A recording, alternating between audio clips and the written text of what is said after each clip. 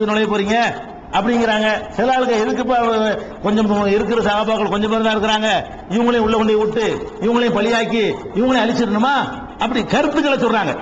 யாருமே மார்க் அடிப்படையில் கருத்து சொல்லாம சகாபாக்கள்கிட்ட கேட்கும் பொழுது அவங்க என்ன சொல்றாங்க, நம்ம ஒரு நோக்கத்துக்காக வந்துட்டோம், கால்ரா வந்தா என்ன கால்ரா வராட்டின்னு நம்ம வாட்டுக்குள்ள போவோம். சில பேர் வேற சில பேர் சொல்றாங்க, நம்ம சகாபாக்கள் கொஞ்சம் பேர் தான் மிச்சமா இருக்கிறாங்க, எல்லாம் மூத்தா போயிட்டாங்க. இப்ப இவங்களோட கொண்டுட்டு போய் நீங்க சிரியாவில் போய் இவங்களுக்கு கால்ரா வந்து இவங்களும் மூத்தா போயிட்டாங்கன்னா இந்த சகாபாக்கள் அழிச்ச கூட்டம் நமக்கு வரணுமா, தேவையா, திரும்பிடுவோங்கிறாங்க. சில ஆளுக்கு உள்ளக்கு போவோங்கிறாங்க, சில ஆளுக்கு திரும்பிடுவோங்கிறாங்க. எஞ்சி போங்க போயிடலாம். நான் ஆலோசனை கேட்டா உருப்படியா சொல்ல மாட்டேங்கிறீங்க, வெட்டி விட்டு அன்சாரிகள் எல்லாம் கூப்பிடு அப்படிங்கிறாரு. முஹாஜிர்கள்ட்ட கூப்பிட்டா இப்படி, அன்சாரி எல்லாத்தையும் கூப்பிடு, மதீனாவாசிகள் எல்லாம் கூப்பிடு அப்படிங்கிறாங்க. அவங்களும் கூப்பிட்டு கேட்கறாங்க, அவங்களும் இதே மாதிரி தான், எதுக்கு போகணும், இல்ல போவோமே, இல்ல போகாம இருப்போமே இப்படிங்கிறாங்களே தவிர மார்க் அடிப்பில் ஒரு குர்ஆன் ஆயத்தை போட்டு ஒரு ஹதீஸை போட்டு இஸ்னோடு சொல்ல மாட்டேங்கிறாங்க. அவர் அதான் எதிர்பார்க்கிறாரு. இப்ப கால்ரா இருக்கிற ஊருக்கு நான் போறதா இல்லையா, மார்க் அடிப்படையில் சொல்லாம அவங்க இஷ்டத்துக்கு அடிக்கிறாங்க. இல்ல போயிருவோம், இல்ல போக வேணாம், திரும்பிடுவோம், இப்படியே பேசிக் கொண்டிருக்கிறாரு. நீங்க ஓடு அப்படிங்கிற எல்லாம் கட்டி விட்டுறாரு. அதுக்கப்புறம் குறைசி குலத்தை சேர்ந்த ரொம்ப பிரமுகர்களா கூப்பிட்டு நீங்க எல்லாம் அனுப்ப சொல்றீங்க, அவங்களும் இப்படிதான், யாரும் மார்க் அடிப்படையில் சொல்லல. அப்புறம் குழம்பி என்ன பண்றாரு, சரிப்பா நம்ம திரும்பிடுவோம் அப்படின்னு ஒரு முடிவு எடுக்கிறாரு. அப்ப என்ன பண்றாங்கன்னா, அப்துல் ரஹ்மான் இப்னு அவுஃப் அவங்க வர்றாங்க. அவர் ஒரு பெரிய சஹாபி. அவர் அந்த சபையில் மசூரா பண்ணும்போது மட்டும் இல்ல, கொஞ்சம் லேட்டா வர்றாராம். அவர் சொல்றாரு, இன்ன இந்தி ஃபி ஹாதா இல்மன், இது சம்பந்தமா என்கிட்ட ஒரு இல்மு இருக்கிறது, என்கிட்ட ஒரு அறிவு இருக்குது, மார்க்க அறிவு என்னிடத்தில் இருக்கிறது. சமயத்து ரசூலுல்லாஹி ஸல்லல்லாஹு அலைஹி வஸல்லம் யகூல், நபிகள் நாயகம் ஸல்லல்லாஹு அலைஹி வஸல்லம் சொன்னதை நான் கேட்டிருக்கிறேன், அதன்படி முடிவெடுங்க நீங்க எல்லாரும், யார்ட்டையும் நீங்க மசூரா பண்ணாதீங்க, இது சம்பந்தமா என்ன செய்யணும் என்று ரசூலுல்லாஹ் எனக்கு சொல்லி இருக்கிறார்கள் அப்படின்னு சொல்லிட்டு, இதா சமயத்தும் பிஹி பி அர்லின், ஒரு ஊரில் அந்த நோய் இருப்பதாக நீங்கள் கேள்விப்பட்டீர்களேயானால் ஃபலா துகத்திமு அலைஹி, அந்த ஊரை நோக்கி நீங்கள் செல்லாதீர்கள். ஒய்தா வகாபி அர்லின் வன்தும் பிஹா, ஒரு ஊரில் நீங்கள் இருக்கும் பொழுது அந்த ஊருக்கு கால்ரா நோய் வந்து விடுமையானால் ஃபலா தஹ்ருஜு ஃபிராரம் மின்ஹு, அதிலிருந்து விரண்டு ஓடவும் செய்யாதீர்கள். நீங்க இருக்கிற ஊருக்கே வந்துருச்சுன்னு சொன்னா விரண்டு ஓடாதீங்க, வேற ஒரு ஊருக்கு வந்துருச்சுன்னா அந்த ஊருக்குள்ள நுழையவும் செய்யாதீங்க. இப்படி ரசூலுல்லாஹ் சொல்லி இருக்கிறாங்க. இப்ப இதன் அடிப்படையில் முடிவெடுங்க. ஹமீதல்லாஹ், உமர் அல்லாஹ் புகழ்ந்து நம்ம திரும்பிடுவோம்னு திரும்பிட்டாருன்னு வருது. எதுக்கு சொல்றேன்னு கேட்டா, இது ரசூல் ஸல்லல்லாஹு அலைஹி வஸல்லம் ஒரு பெரிய சபையில சொல்லியிருப்பாங்க கால்ரா பத்தி. உமர் சபையெல்லாம் ஆலோசனை கேட்கிறாரு, முஹாஜிர் எல்லாம் கூப்பிடுறாரு, ஒரு முஹாஜிருக்கு தெரியல, அன்சாரிகள் எல்லாம் கூப்பிடுறாரு, ஒரு அன்சாரிக்கும் தெரியல. அப்துல் ரஹ்மான் இப்னு அபூ முஹாஜிர் ஹிஜ்ரத் மக்காவாசி வெளியூர்ல வந்தவர், அவர் மட்டும் இதை வெளியூர் போனதுனால அவருக்கு மட்டும் தெரிஞ்சிருக்கிறது. அவர் சொன்ன உடனே செய்தி தெரியுது. எதுக்கு இதெல்லாம் சொல்றோம்னு கேட்டா, நிறைய சம்பவங்கள் புரட்டி பார்க்கிறோம், சஹாபாக்களுக்கு நிறைய விஷயங்கள் தெரியாமல் இருந்திருக்கிறது, பின்னாடி தெரிந்து கொண்டிருக்கிறார்கள். அதனால நம்ம என்ன பண்ணணும்னு கேட்டா, மார்க்கத்தை அறிந்து கொள்வதற்கு சஹாபாக்களை அவர்களை வைக்கக்கூடாது. குர்ஆன் சொன்னாதான், அல்லாஹ் சம்பந்தப்பட்டிருக்கானா, அதுல அல்லாஹ்வுடைய ரசூல் சம்பந்தப்பட்டிருக்காங்களா, அல்லாஹ்வுடைய சொல் அதுல இருக்குதா, அல்லாஹ்வுடைய ரசூல் சொல்லு இருக்குதா, அதைத்தான் அளவுகளா எடுத்துக்கணுமே தவிர சஹாபாக்கள்ல யாரை வேண்டாலும் பின்பற்றுங்கள் என்பது ஒரு இஸ்லாத்தின் ஒரு நிலையில் உள்ளது கிடையாது. சஹாபாக்கள் என்பவர்கள் மனிதர்கள் தான். அவர் இன்னும் சொல்ல போன இதெல்லாம் ஒரு தெரிஞ்சிருக்கிறது விஷயம், சிலர் முரணாக சொல்லியிருக்கிறாங்க. சில விஷயங்கள்ல 3 தலாக்கெல்லாம் அன்னைக்கு சொல்லி காட்டினால, 3 தலாக்கு ரசூலுல்லாஹ் காலத்துல 1 இருந்துச்சு, நான் 3 ஆக்குவேங்கிறார் உமர். இது நேரடியா ரசூலுல்லாஹ்வுக்கு எதிராகவே இருக்கிறது. அந்த ஹதீஸோட சஹீஹ் முஸ்லிம்ல 2689 பார்க்கலாம். ரசூலுல்லாஹ் காலத்துல ஜும்மாவுக்கு 1 பங்கு தான் இருந்துச்சு. உஸ்மான் 2 பங்கு கடத்தொழில் ஒன்று ஆரம்பிச்சாருன்னு வருது. இது ரசூலுல்லாஹ் செய்யாத ஒரு காரியம். அப்ப இப்படி எல்லாம் நிறைய பண்ணி இருக்கிறார்கள். இந்த மாதிரி விஷயங்கள்லாம் அளவு கொண்டு நம்ம என்ன பண்ணணும்னு கேட்டா, நபிகள் நாயகம் ஸல்லல்லாஹு அலைஹி வஸல்லம் சொல்லி இருக்கிறாங்களா, குர்ஆன்ல இருக்குதா, இதுதான் அளவுகளே தவிர சஹாபாக்கள் யாரை வேண்டாலும் பின்பற்றுங்கள் என்பது மார்க்கத்தில் ஒரு அளவுகளே இல்லை. இன்னும் சொல்ல போனா தொழுகைங்கிற ஒரு முக்கியமான விஷயம். 23 வருஷம் ரசூலுல்லாஹ் ட்ரைனிங் கொடுத்திருக்காங்க, ஜமாத்தை கட்டாயப்படுத்திருக்காங்க, எல்லாரும் பார்த்திருக்காங்க, எல்லாரும் அதில் செயல்பட்டு இருக்காங்க. அப்ப அனஸ் ரலியல்லாஹு ஒரு செய்தி சொல்றாங்க பாருங்க, சஹாபாக்கள்கிட்ட எப்படிப்பட்ட மாற்றங்கள்லாம் வந்துச்சுங்கிறது இது ஆதாரம். அனஸ் ரலியல்லாஹு என்ன செய்யறாங்கன்னா, அவங்க சின்ன சஹாபி, அனஸ் ரலியல்லாஹு அவர்கள் ரசூலுல்லாஹ்வுடைய சஹாபியில ரொம்ப சின்ன சஹாபி, கடைசி காலம் ரொம்ப காலம் வரைக்கும் வாழ்ந்தவர், 120 வருஷம் வரைக்கும் வாழ்ந்ததா கூட சில அறிவிப்புகள் இருக்குது. அப்படியான அந்த காலத்து 120 ஆச்சரியம் கிடையாது, இப்போ சைனாவுல எல்லாம் இருக்கிறாங்க. அப்ப அனஸ் சொல்றாரு, என்னப்பா நீங்க ரசூலுல்லாஹ் காலத்துல இருந்த பார்த்ததுன்னா ஒண்ணு கூட இப்ப பார்க்க முடியலங்கிறாரு.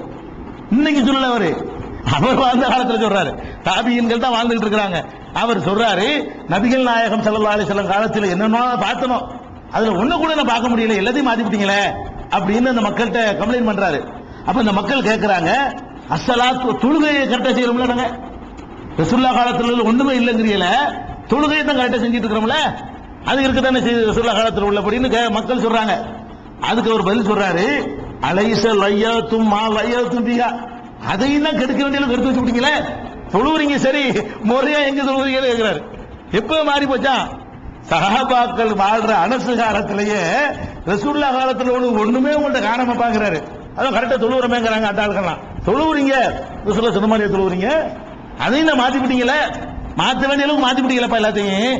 அப்ப என்ன விளங்குதுன்னு கேட்டா, எந்த சமுதாயத்தை சேர்ந்த சமுதாயம் என்று சொன்னோமோ அந்த சமுதாயத்திலே நிறைய சுன்னத்துகள் ஈடுபட்டு போயிருக்கிறது, நிறைய மாற்றங்கள் வந்திருக்கிறது. அதனால நம்ம இப்படி கண்ண மூடிட்டு சஹாபாக்களை எல்லாம் பின்பற்றோம்னு சொல்வது வந்து ஒரு சரியான வாதம் இல்லை. இன்னும் சொல்ல போனால் நபிகள் நாயகம் ஸல்லல்லாஹு அலைஹி வஸல்லம் அவர்கள் இது பற்றி தெளிவாக செய்த எச்சரிக்கைகள் வர இருக்கு. அதையெல்லாம் பார்த்தோம்னு சொன்னா இந்த ஆர்குமெண்ட் யாருமே வைக்க மாட்டோம். அந்த எச்சரிக்கைகள் நம்ம தெரிவிக்கிறோம். இது ஒரு முக்கியமான வாதமா வைக்கிறதுனால இந்த ஒரு ஹதீஸை கொஞ்சம் கூடுதலா விளக்க வேண்டியதா இருக்குது. இதை வைத்துக் கொண்டுதான் என்ன செய்யறாங்க, நிறைய குழப்பங்களுக்கு வழி அடிப்படை மாறி போயிருவாங்க. குர்ஆன் சொன்ன அடிப்படைன்னு சொன்னா ஆயிரக்கணக்கான சட்டங்கள் கரெக்டா போயிடும். குர்ஆன் அடிப்படை, ஹதீஸ் அடிப்படை, சஹாபாவும் அடிப்படைன்னு சொன்னா சஹாபாக்கள் செஞ்சதெல்லாம் நீங்க செய்ய ஆரம்பிப்பே குர்ஆனுக்கு மாத்தமா போயிடும். நிறைய மசாயில்கள் நமக்குள்ள சண்டை வந்து போயிடும். அப்ப குர்ஆன் சொன்னாங்கிற இந்த ரெண்டு அடிப்படையை தாண்டுவதற்கு எதெல்லாம் காரணமா இருக்கிறதோ அதை உடைச்சு தகர்த்து எரிஞ்சிடணும். அதுக்காக வேண்டி இது சம்பந்தமான நிறைய இன்னும் ரசூல் ஸல்லல்லாஹு அலைஹி வஸல்லம் எச்சரிக்கைகள்லாம் இருக்கிறது. அதுகளை இன்ஷா அல்லாஹ் தொடர்ந்து நாளைக்கு பார்க்கலாம். நாளைக்கு என்ன இருக்கு சொல்லிக்கிறீங்களா?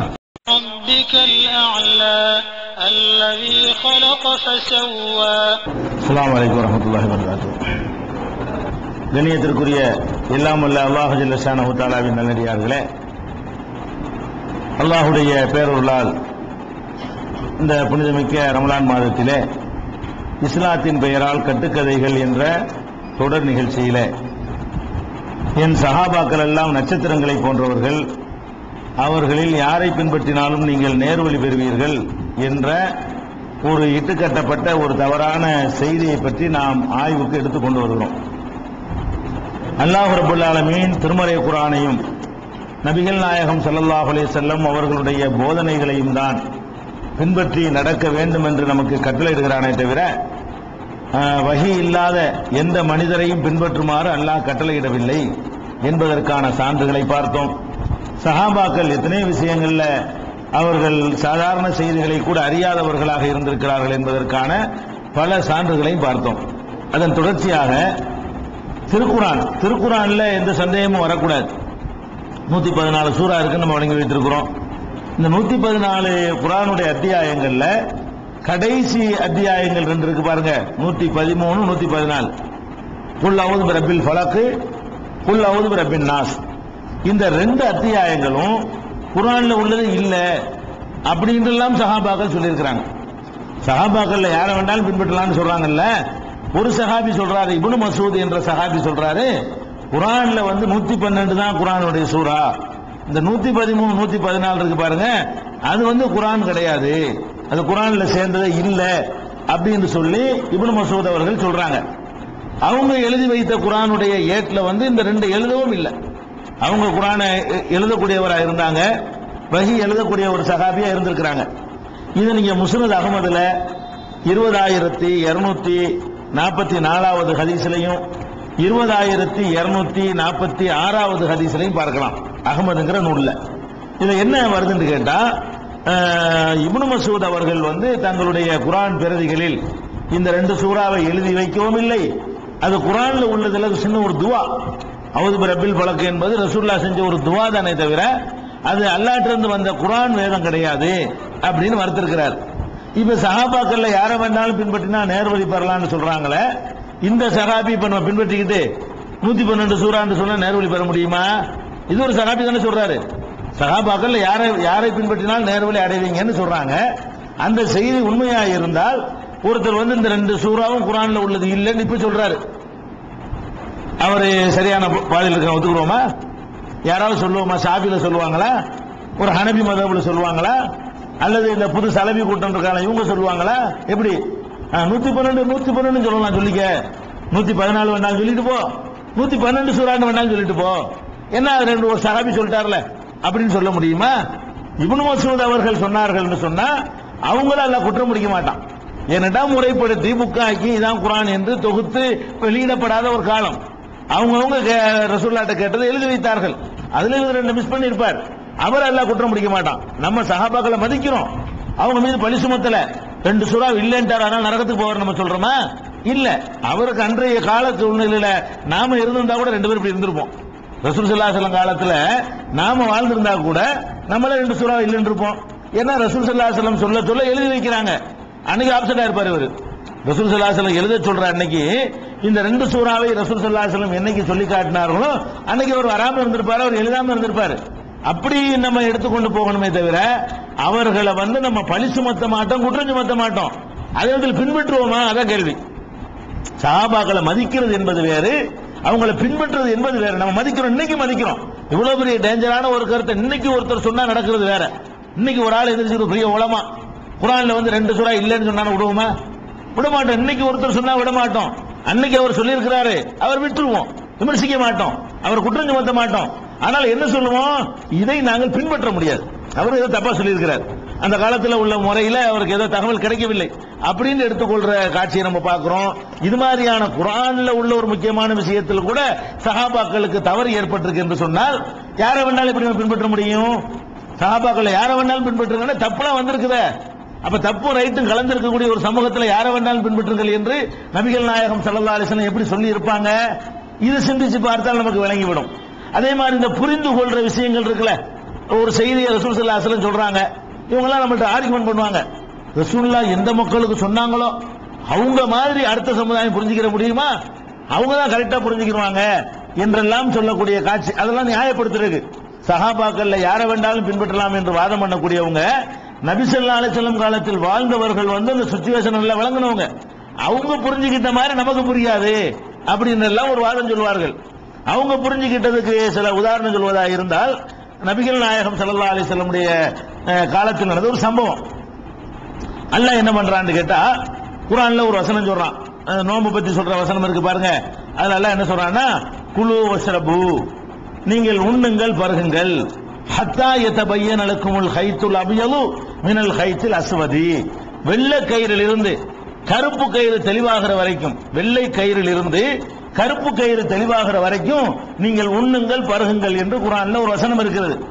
இந்த வசனம் இறங்கின உடனே சில சஹாபாக்கள் என்ன பண்றாங்கன்னு கேட்டா, படுக்கிற தலைவாணி இருக்கிற தலைவாணிக்கு பக்கத்தில் ஒரு கருப்பு கயிறையும் வெள்ளை கயிறையும் வச்சுட்டு படுப்பாங்க. எடுத்து பார்ப்பாங்க, கருப்பு கயிறு வெள்ளை கயிறு இருட்டுல இருந்துகிட்டு இது கருப்பு கருப்பா தெரியணும், வெள்ளை வெள்ளையா தெரியணும் அப்படின்னு சொல்லிட்டு இந்த கருப்பு கயிறு வெள்ளை கயிறு எடுத்து வச்சு தலைமாட்டில் வச்சுக்கிட்டு திருப்பி திருப்பி பாக்குறாங்க. அது தெரியவே இல்லை, கருப்பு கயிறு வெள்ளை கயிறு வித்தியாசமா தெரியல, ரெண்டு ஒரே மாதிரி தான் தெரியுது இருட்டுல. அப்புறம் காலையில எந்திரிச்சு வந்து ரசூலுல்லாஹ்ட்ட கேட்கறாங்க, கருப்பு கயிறுல இருந்து வெள்ளை கயிறு தெரியற வரைக்கும் அல்லாஹ் சாப்பிட சொல்றாங்க, நானும் தலைமாட்டில் வச்சு பார்த்தேனே, எனக்கு கருப்பு கயிறும் தெரியல வெள்ளை கயிறும் தெரியலையே அப்படின்னு அவர் சொல்றாரு. அப்பதான் அல்லாஹ் என்ன பண்றான் தெரியுமா, அந்த மக்கள் இப்படி புரிஞ்சுக்கிறாங்கன்னு சொல்லிட்டு குர்ஆன்லயே ஆடு பண்ணி ஒரு வசனத்துல, அந்த வசனத்துல ஒரு வார்த்தையை எல்லாம் சேர்த்து இறக்குறான். எப்படி இருக்கிறான்? மினல் ஹைத்துல் அபியல் மினல் ஃபஜ்ர், வெள்ளை கயிறு என்றால் ஃபஜ்ரை சொல்றேன் அல்லாஹ் நல்லா வளர்க்கிறான். அல்ல வெள்ளை கயிறு என்பது ஃபஜ்ரு, கருப்பு கயிறு என்பது இரவு. இரவில் இருந்து பகல் வெளிச்சம் தெளிவாகிற வரைக்கும் அர்த்தம். இரவில் இருந்து காலை தெளிவாகிற வரைக்கும் என்று சொல்வதற்காக வேண்டி அல்லாஹ் எப்படி வார்த்தையை போடுறான்னா இலக்கியமா சொல்றான். கருப்பு கயிறில் இருந்து வெள்ளை கயிறு தெளிவாகிற வரை என்றால் அடிவானத்தில் கருப்பா இருக்குல்ல, அது வெள்ளையா மாறிடணும். அந்த அடிவானத்தில் உள்ள கருப்பு வெண்மையா மாறிடணும், வைகரை வந்துடணும், அது வரைக்கும் நீங்கள் இரவுல சாப்பிட்டுக் கொள்ளலாம் என்று குர்ஆன் சொல்கிறது. இவர் வெள்ளை கயிறு விளங்கிட்டாரு, கருப்பு கயிறு விளங்கிட்டாரு, தலைமாட்டில் வச்சுட்டு இருந்திருக்கிறாரு. அப்ப நம்மள உள்ள எப்படி 4 பேர் இப்படி விளங்குவோமோ, இப்படி விளங்குன சஹாபாக்கள் நிறைய பேர் இருந்திருக்கிறாங்க. இது நீங்கள் புகாரில பார்க்கலாம். அதாவது அவரே சொல்றாரு, அடுத்த ஆள் கூட சொல்லல. அடுத்த ஆள் சொன்னா கூட இந்த சஹாபி கோபத்துல பழி சுமத்துறாருலாம். யார் இப்படி செஞ்சாரு அவரே சொல்றாரு, நான் தான் இப்படி செஞ்ச ஆளுன்னு. வேற ஆள் சொன்னா கூட அவருக்கு பிடிக்காது, அப்படிதான் அர்த்தம் கற்பிச்சிருவோம். அதி இப்னு ஹாத்திம், அந்த சஹாபி பேர் அதி இப்னு ஹாத்திம் என்ற சஹாபி. இவர் நிறைய ஹதீஸ் அறிவித்தவர்கள்ல இவர் ஒரு ஆள். இவர் என்ன சொல்றாருன்னு கேட்டா, லம்மா நஸலத் ஹத்தா யதபய்யன லக்குமுல் ஹைத்துல் அபியது மினல் ஹைத்தில் அஸ்வதி, வெள்ளை கயிறிலிருந்து கருப்பு கயிறு தெளிவாகிற வரைக்கும், கருப்பு கயிறிலிருந்து வெள்ளை கயிறு தெளிவாகிற வரைக்கும் உண்ணுங்கள் பருகுங்கள் என்ற வசனம் இறங்கிய உடனே நான் என்ன பண்ணேன்னு கேட்டா, கருப்பு கயிறையும் வெள்ளை கயிறையும் எடுத்து ஜஅல்துஹுமா தஹத விசாதத்தி, தலைவாணி கீழே கொண்டு வச்சுக்கிட்டேன்.